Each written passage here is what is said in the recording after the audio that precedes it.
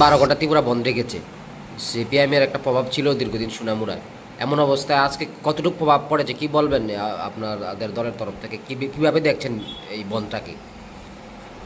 আসলে আমি গতকাল রাতে দেখেছি পত্রপত্রিকা এবং মোবাইলে দেখেছি সিপিএম যে বন্ধ রেখেছি। আর অথবা আমি সকালে এসেছি বাজারে এসে দেখি প্রায় 9টা বাজে।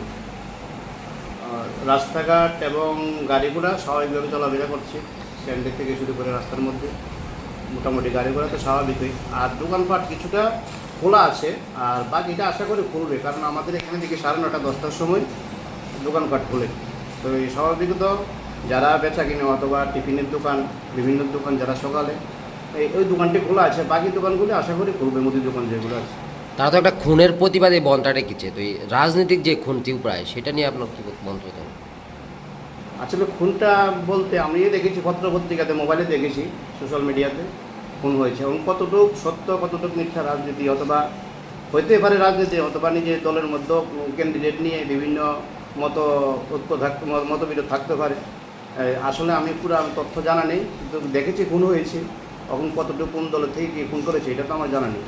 তারা আপনাদের বিরুদ্ধে অভিযুক্ত হয়েছে, বিজেপি সন্ত্রাসীরা তাদেরকে খুন করেছে। এটা সম্পূর্ণ বিষয়টা প্রশাসন দেখবে, প্রশাসনে তাদের তদন্ত যেটা বেরিয়ে আসছে এটাই হবে। তো কী মনে করেন আপনার এই প্রশাসনের তদন্তের আগে যে বনটাকে কীভাবে দেখছেন? আসলে বনটাকে আজকে আমাদের ত্রিপুরা রাজ্যের উপজাতিদের সবচেয়ে বড় উৎসব হলো খার্চি পূজা। আর এই উৎসবের দিনে আমাদের ত্রিপুরা মাতা সুপ্রিয় পদ্মত কিশোর মহাশয় একটা বার্তা দিয়েছে পত্রপত্রিকা অথবা চিঠি দিয়ে সিপিএম যে ত্রিপুরা রাজ্যের তাদেরকে, যে আজকে তাদের বড় উৎসব আজকে যেন বন্ধ না রাখে, অন্য একটা দিন বন্ধ রাখার জন্য। ত্রিপুরা মাতা সুপ্রিমের কথাটা তারা প্রত্যাখ্যান করে তারা আজকে বন্ধকে সফল করার জন্য চেষ্টা করছে। আসলে বন্ধ তেমন প্রভাব পড়ছে না ত্রিপুরা রাজ্যে।